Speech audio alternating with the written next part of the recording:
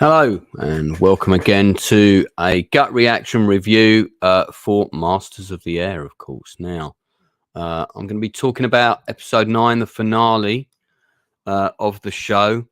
I've been doing these every week.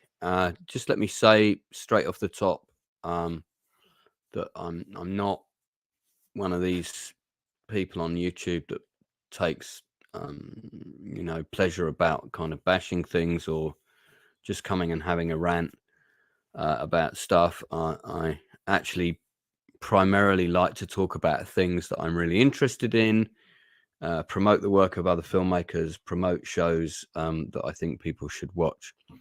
I'm also massively interested in history, particularly this period of history which my parents and grandparents both lived through. My father was heavily involved with the Danish resistance, and my grandfather fought in World War One. So these are Masters of the Air, shows of this nature, films of this nature, are things I really look forward to seeing. And when they've got the powerhouses that are Tom Hanks and Steven Spielberg behind them, I look forward to seeing them even more so. Masters of the Air had a very long and difficult road to get made. Initially, it was in the hands of HBO, and then ultimately it ended up with Apple TV. The scripts went through roughly 20 drafts each. That's from the words of John Orloff, the writer. There's a great interview with him actually online on Woody's channel, World War II TV. Well worth checking out. Really great interview. So we've come at last to the last episode. The writer described the last episode as being like a movie, quite cinematic. I have to agree. It does look the part. No, let's just. Don't forget, as per normal, this is a quick review. It's a quick review of my initial thoughts of what I think of the final episode. We'll be doing a longer, much more detailed review on Sunday at 9 o'clock with my usual panel of guests. So I'm going to try and keep this relatively spoiler free. That's going to be a little bit difficult, but I'll try and keep it as spoiler free as I can. So the two main narratives here are really in this episode are really what's happening with our characters who are in Germany, who are prisoners of war, so you have the storyline in the prison camp, and then we follow those characters and what happens to them. The second storyline is really back at the base, and then there's a third storyline about somebody who gets shot down behind Russian lines. So I mean, we talked about the episode with the Tuskegee Airmen last week, and I like the actors who played the Tuskegee Airmen. I like the fact that they've included them in the show. I just don't think that they've really done a good job with them, to be honest, because we don't know enough about these men other than the fact that it's remarkable what they did and what they achieved. We just don't know enough about them to be invested in these characters. So really kind of what happens to them from a dramatic story point of view is neither here nor there. I would have been perfectly happy if Masters of the Air had been 14 episodes long. And I said this at the beginning, and I'm going to say it again now. I think the first episode should have been a training episode where characters are introduced, including the Tuskegee Airmen. I wouldn't have minded if we'd been in two different camps and we'd seen the white guys training up and to be the bomber crews, and the Red Tails doing their thing. But the way that these guys were introduced, and it's so rapid and so diluted, I just I just wasn't invested in these guys. So they don't get much screen time in this episode. We see them a little bit, but they don't get a lot. So I just feel it feels very tokenistic in terms of how they're presented, the amount of screen time they get, and what they add to the show. Okay, I'll come to comments in the chat in a sec. So we spend a big chunk of time in the prisoner of war camp. Now, funnily enough, I was in a restaurant next to this man literally 2 weeks ago. Actor Sam Hazeldine, son of the great James Hazeldine, who came to see my very first play. And Sam is a fine actor, great actor. You're going to see him in Rings of Power Season 2 if you wish to watch that. And it's great. I kind of wanted to know more about his character. I mean, I guess we didn't need to know more about him, but I found myself wanting to know more about him. I like the detail in these scenes when they arrive in the new prison camp, like, the German civilian in the background here with the armband and the sort of almost like a trilby hat on, not a bowler. Details like that are really good. Production design, costumes, all of that stuff is first rate on this show. Very, very good. My criticisms of this show are definitely not in that department. And then, of course, we follow Mr. Crosby, played by Anthony Boyle, who's quite a wonderful actor. And he gets to go on one last mission. Rafferty Law, playing our ground crew guy, he also gets to fly for the first time on a mission. It's not really a spoiler telling you that. This is in the prisoner of war camp. There are 3 camps in this episode, and again, this is one of the missions. So we follow the characters. I'm not going to say too much about what happens to who and all that. We'll get into that on Sunday. Let's talk about what's good about this episode. So what's good about it is the scenes with the German winter and walking through the destruction of Germany visually are incredibly well realized, extremely well done, very good blend of special effects, production design. We know that they didn't have any real snow to play with. So when you take that into account, this looks really, really, really good. This is not Battle of the Bulge, Spain in the winter, doubling for the winter. This does look like winter. It's extremely well done. Some fantastic visuals. I feel like there was a lot of scenes that were probably cut from this episode. I mean, for example, this scene is in the show, but this moment with these 3 characters is not in the show, unless I missed it. I don't think I did. Nate Mann, who plays Rosie, we have his storyline with the Russians. All of that stuff is pretty well done considering the budget limitations.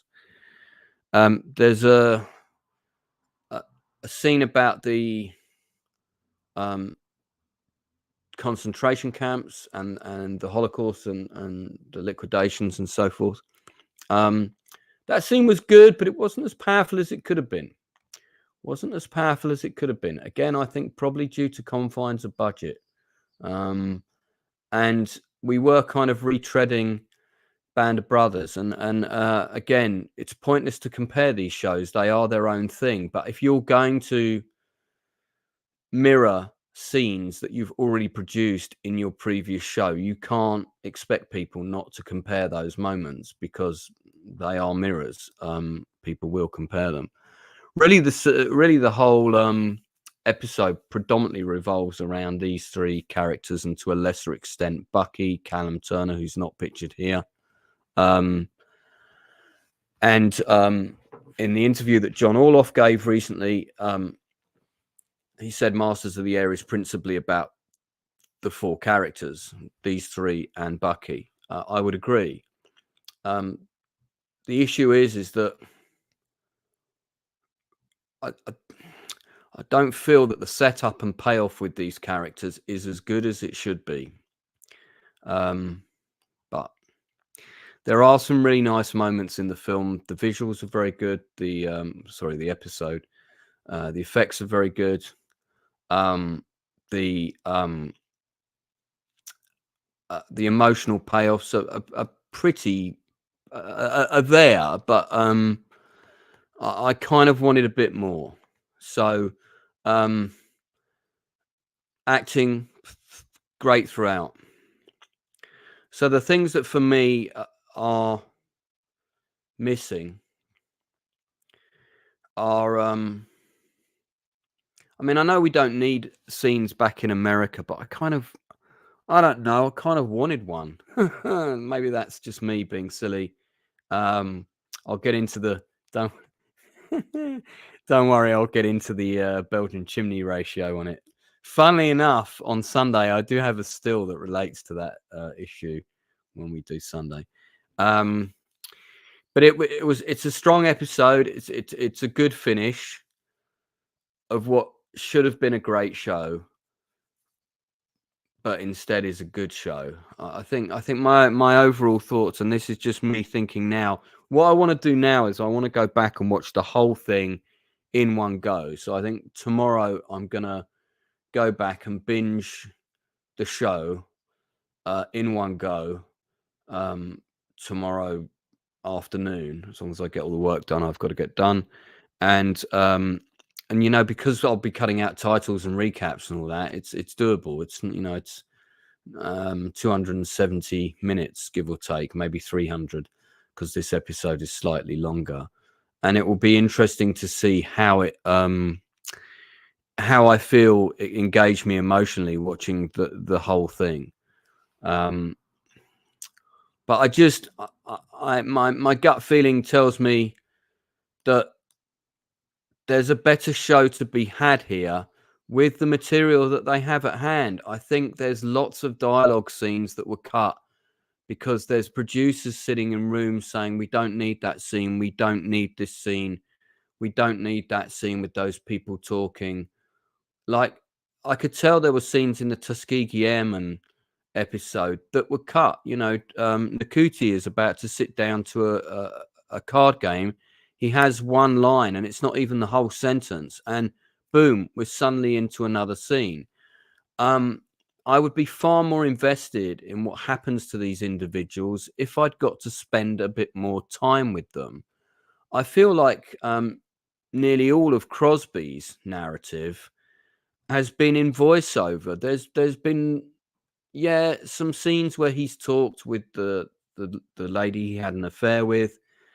I mean, the way that was all just packed off and left dramatically, I just think was nonsense. I mean, those scenes with her in France and stuff, why were they in the show?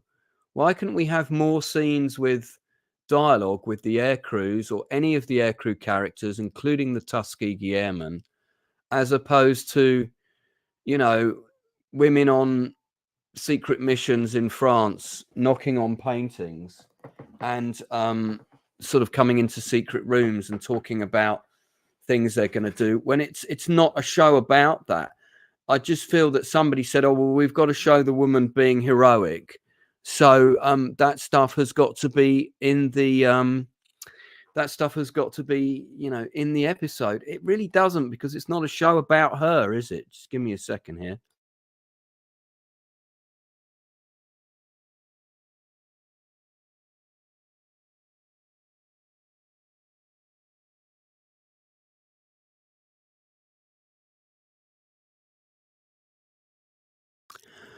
Northern English Bastard, who is frequently a guest on my channel. Decent moments, but way too late to make up for a mediocre series that skims over everything else these young men went through. Yeah, I mean, I can't disagree with that comment. As I say, we know that there's a lot of scenes that were filmed that are missing. I think there's a much better show to be had here with a longer cut. I would be quite happy to buy a Blu-ray box set where every episode is 70 minutes or 60 minutes. You know, pack it in. Give us everything. Give us everything you shot. because the battle scenes are amazing, but what's missing for me is the emotional engagement with characters, is the time to invest in characters. Now, Band of Brothers has even more characters in it than Masters of the Air, and different people come to the front at different times. The Bastogne episode, for example, is all about the medic, and we only see him a couple of other times in the entire show, but it still works. You've got the other episode, which is about the guy who suffers from PTSD. Again, you know, that's when he comes to the fore. But there is a consistency of narrative with the characters, and also the first episode that set it all up, that gave us time to be really invested with them, to bond with them. We didn't get that with this show, and I found that was very problematical. I've used this phrase before when I've been talking about it on other streams. There's a lot of emotional tissue and character narrative with this show for me that is missing. It's got some amazing things about it. There is a lot this isn't a show that you can just turn around and say it's rubbish. I take umbrage with that. I think it's got some amazing work. It's got some incredible performances. The attention to detail is quite substantial. I mean, again, in an interview with John Orloff, he talks about how in the typewriters there were real documents, partly typed up and stuff in scenes. That the paperwork in the folders was real. It's that kind of level of detail. You'll open a desk that's on a set, and inside the desk are, period pencils and paper and ink wells and stuff like that. That's the level of detail here. So why would they get the date of a D-Day mission briefing incorrect? I mean, this is what annoys me, that some very basic things kind of were a bit naff. But all of that stuff, actually, whether Belgian roofs and chimneys are correct or not, all of those gripes are pretty minor. But character development, character narrative, character arcs, and emotionally getting the audience to invest in characters is absolutely essential.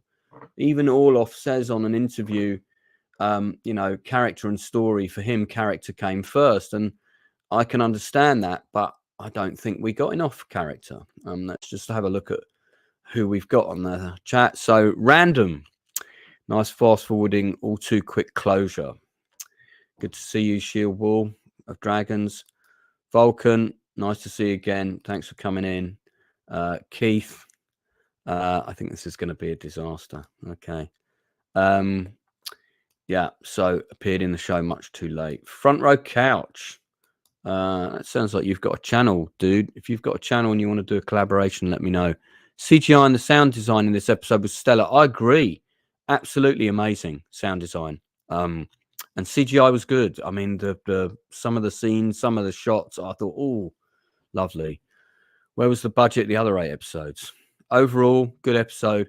Mediocre show. Yeah, I think it's a really weird one. It's some episodes were mediocre, some were amazing. Really, what I want to do is look back and look at the show as a whole now, and just think of it as one long story that's divided into 9 parts. Does it work? And that's why I'm going to rewatch it all again tomorrow. And I've got a long video coming about it as well. Better writer and consistent CGI would have done wonders. I agree. The CGI was not always consistent. Top Gun. Yeah. Where does this sit on the BCI? Belgian Chimney Index. Well, there's a good shot of Holland's roofs and stuff, and they got those correct. And I'll be talking about that on Sunday. Masters of Exposition. Yeah. Wasn't the Soviets just as anti-Semitic as the Nazis? Some of them were, yeah. Yeah, I mean, I don't have a problem with female characters being in the show, but I think it would have been more interesting to look at a relationship that somebody had with someone that worked or was on the base, because then that female character could have been constant. We could have seen maybe a bit of conflict with her family, her father. I know that's kind of been done in We'll Meet Again, and we don't want to get too much into that narrative, but I'm not talking about 20 minutes per episode of that storyline. I'm talking about maybe 3 or 4 scenes in the entire show. That's what I'm talking about. The whole series felt very rushed. I think they skipped over so much of the 8's important contributions. Bombing operations leading up to D-Day. I agree. There was a very strategic bombing campaign leading up to D-Day, bombing of railway junctions and stuff like that. That would be something that really could have made for an interesting episode. I think they missed an opportunity with a whole kind of build up to D-Day, and again, John Orloff says that was in one of the original drafts, and it was all dropped. And I think it's a shame, but it was obviously a money saving thing. Harry, you're right about that, and you know why? Because the scenes of the people running to capture the parcels are shot in the UK. That's why. You've got some nice CGI stuff of the landscape where it looks right, and you've got an aerial footage bit where it looks right because it's Holland. And then when you cut to the stuff on the ground and you cut to that shot of that field, that is the UK. But that's a gripe I can live with, but you're right. Just saying hi, we'll watch after I talk with our you guys you're doing a review of the show tonight, I think, if I remember right. You're about to plan for D-Day a few moments later. Thank God that mission was successful. Let's go and get laid and drunk, and particularly not in that order. Yeah, I would like to know what people... We've got 21 people watching. I would like to know what you thought, if you've seen it. What do you think of the last episode? What do you think of the show as a whole? Give me a score out of 10 for episode 9 in the chat. You see, these are fine actors playing these parts. Isaiah Cross is an excellent actor. Brandon Cook is an excellent actor. And it's funny because at the end of the show, we get these kind of, and again, it's not a spoiler, is it? We get titles. This is what Harry Crosby did after the war. This is what Buck and Bucky did after the war, and so on. Right? And we get a big dialogue text on, I think it's at least, is it 2 or 3 of the black airman characters, the African American airmen? And it's like, I was like, yeah, but like who again? That guy said like 3 lines, in a show of 9 episodes. It feels really weird that guy's getting an epitaph, and some of the other people that we've met are not, who've been in 6 episodes or whatever.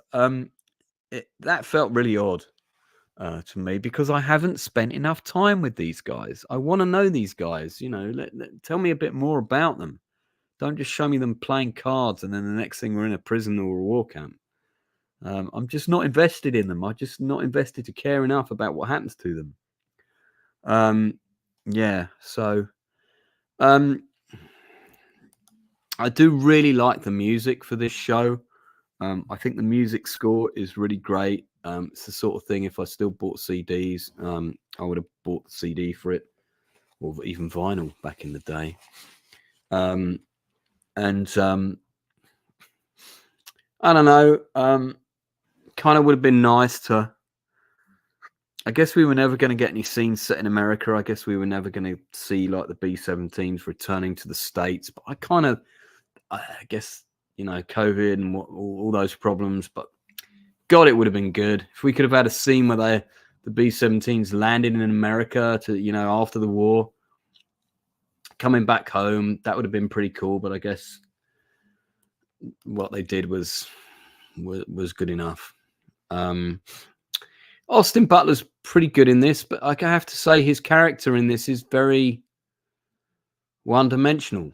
Now I've seen his entire narrative.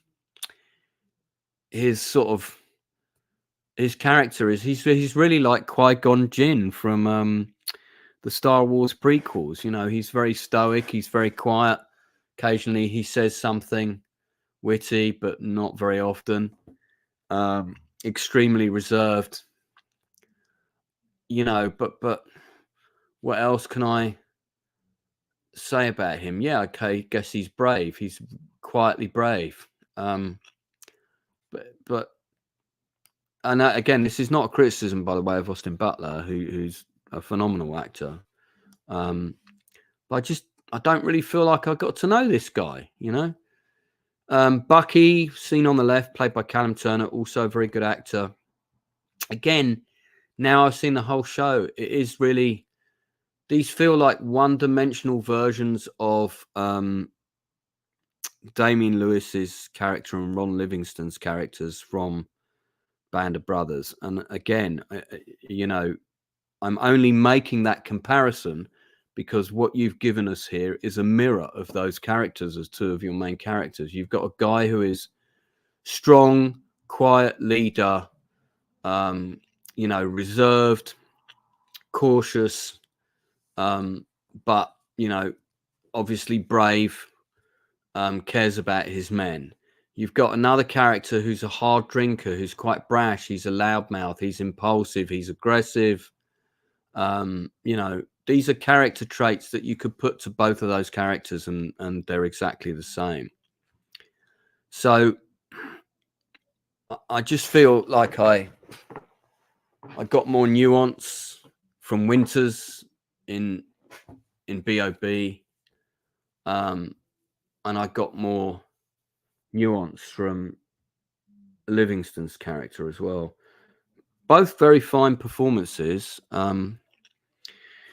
I don't know how we could have done more with that.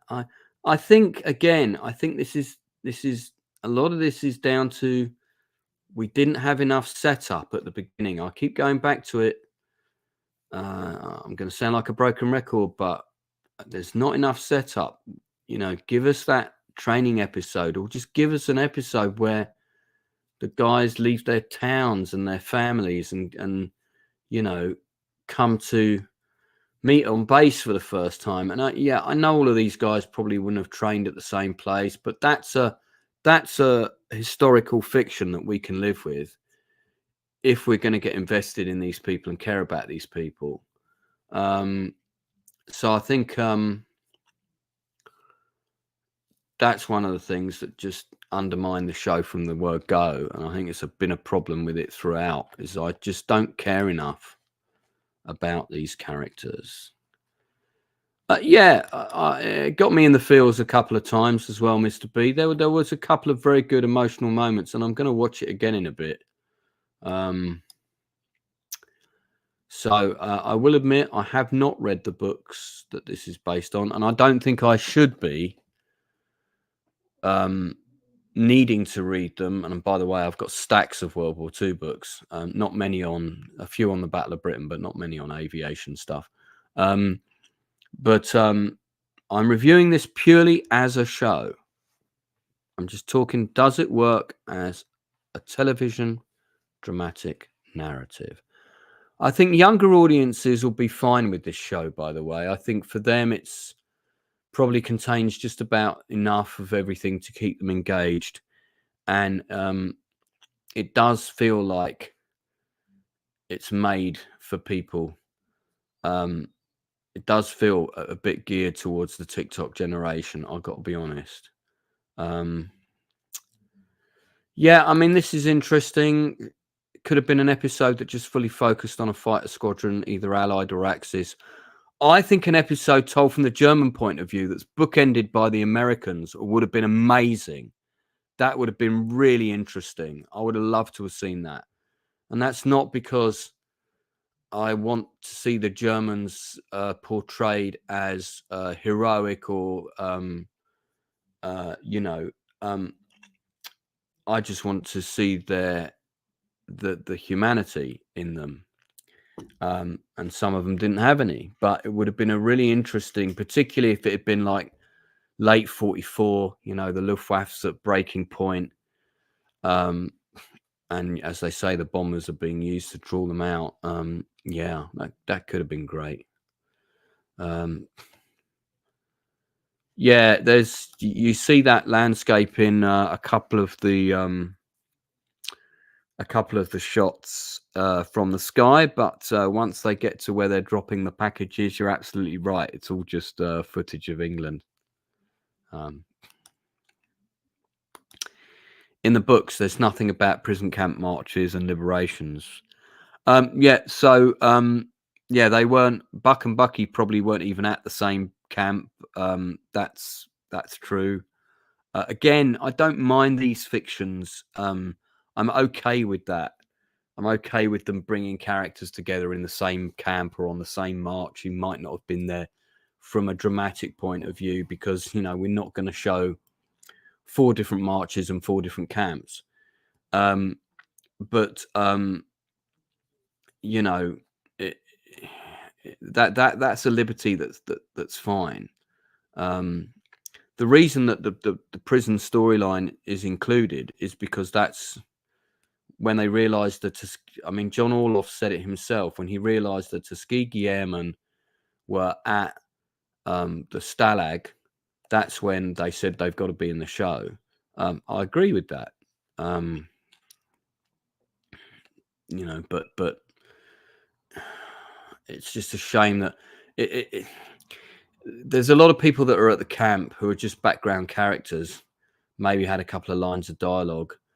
And I feel it's like they wanted us to be invested in those characters, but they didn't give us enough. They didn't want to commit too far. So what we end up with was a starter of what should have been a 3-course meal. It's not good enough. It's not enough. Okay, Front Row Couch, rating wise, I give it 6.5. Episodes 3, 5, and 6, and especially 9 get it past the midway mark. Yeah, 3, 5, and 6 were the best episodes for me. Episode 5, I think, was probably my favorite overall. Yeah, it is not as good as, nowhere near as good as B.O.B. I'd probably put this 1 notch behind the Pacific, but as I say, I've got to watch it again. I'm not going to give my final review on the show as a whole yet. This is just episode 9 for now. Fighter pilots do deserve their own show. I'd watch a show about the Red Tails. I think it would be really good. It would certainly be better than the movie they gave them. Yeah, I think I mean, John Orloff is an experienced writer. Don't forget, he also wrote, I think, most of the Band of Brothers scripts, if I remember rightly. This is not an inexperienced guy, I just think, if you like I say, if you watch an interview with him, there's 20 drafts for most of the scripts. Yeah, he wrote 2 episodes of Band of Brothers, and like everybody, you might look at his credits and say, "Oh, he hasn't got many credits," but I guarantee you that he's probably been involved in 30 or 40 productions that have not seen the light of day. I mean, I've been involved in 10 films that have not been made, either as a writer or as a director or as both. And compared to him, I'm a bit of a baby in career terms. So, that's what you're talking about here. Yeah, so anyone else want to offer thoughts before I wrap up? Because this is just a gut reaction. It's not I'm not doing the detailed review until Sunday. We're on Sunday at 9:00 in the evening. So in summary then, episode 9, acting as always with the show, consistent. It's good. Fantastic stuff. There's a beautiful scene with Rosie and an old man. I don't want to get into spoilers. But that was one of the scenes that got me right in the feels. I didn't think it would, because we've seen it a million times before, but it was so well acted, particularly by the older, I think he's a Polish actor. Extremely well done. Acting very good. Visuals very good. Production design looked amazing. Effect shots in this episode, they were all fantastic. Writing in this episode, it's okay, but again, you know, that Orloff said in an interview that the show is basically about Buck, Bucky, Rosie, and Crosby. These are the 4 guys who we follow. I don't think we were ever presented with the show in that way completely, and I feel like maybe we should have been a bit more so. There's one character that dies at one point, and they frame the shot so we see this person's face, and it's somebody in the prisoner of war camp, and I'm like, and you can tell you're supposed to be affected by the death of this character. He's somebody we've seen before in a few episodes. And I'm like, who was that again? Who were they? What did they do? Who did they fly with? Who are they? I can't remember. So I just, it was neither here nor there. It is a good episode. It is very cinematic. I'll probably give this episode 8 out of 10.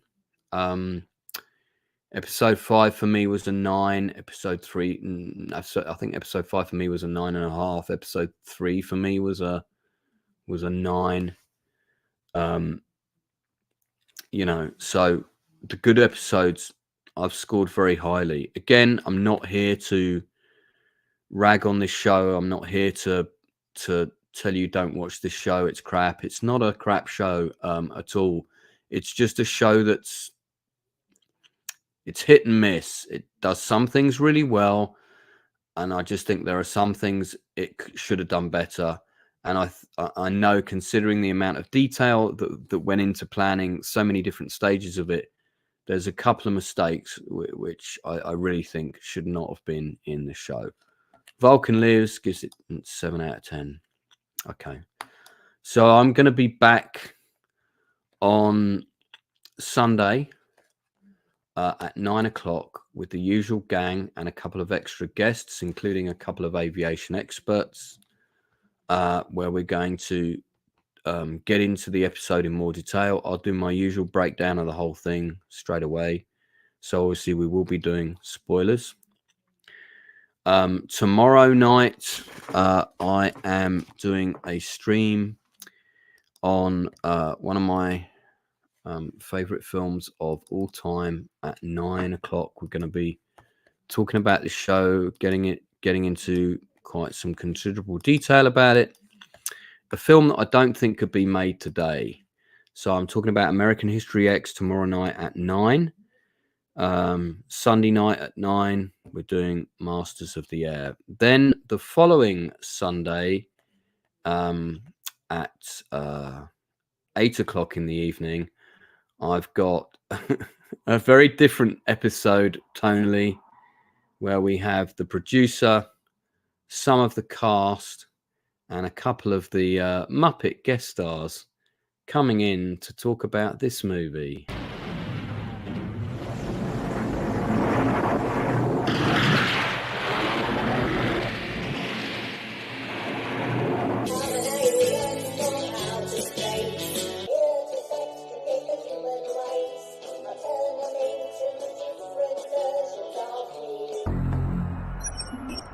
Base, this is Station 31. Do you copy? This is Station 31, Base. Are you there? We found something. Something in the ice. The generator's down. We're running low on supplies, and we're out of chocolate. We're gonna run out of chocolate. Not now, Janine.